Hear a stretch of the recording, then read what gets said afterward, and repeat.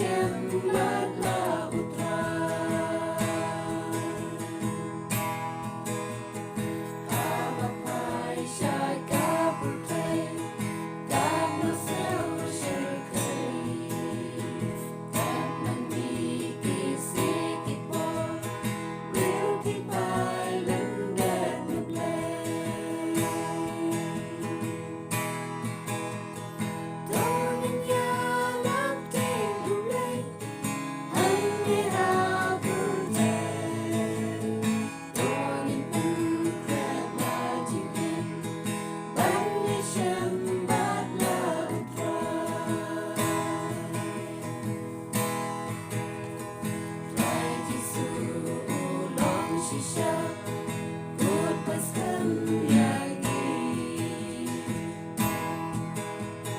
Donin yai slow time hau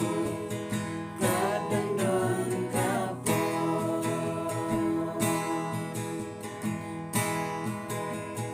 Donin yanak ting nuklay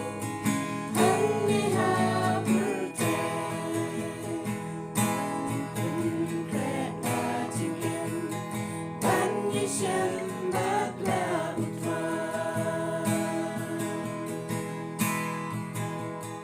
Jingkwa prai trong kapurtay Kai kriyangi way bang way Ban penmo pa jing tala Long kribat long pa Donin yanak ting nuklay Hanggi hapurtay Donin rela jingin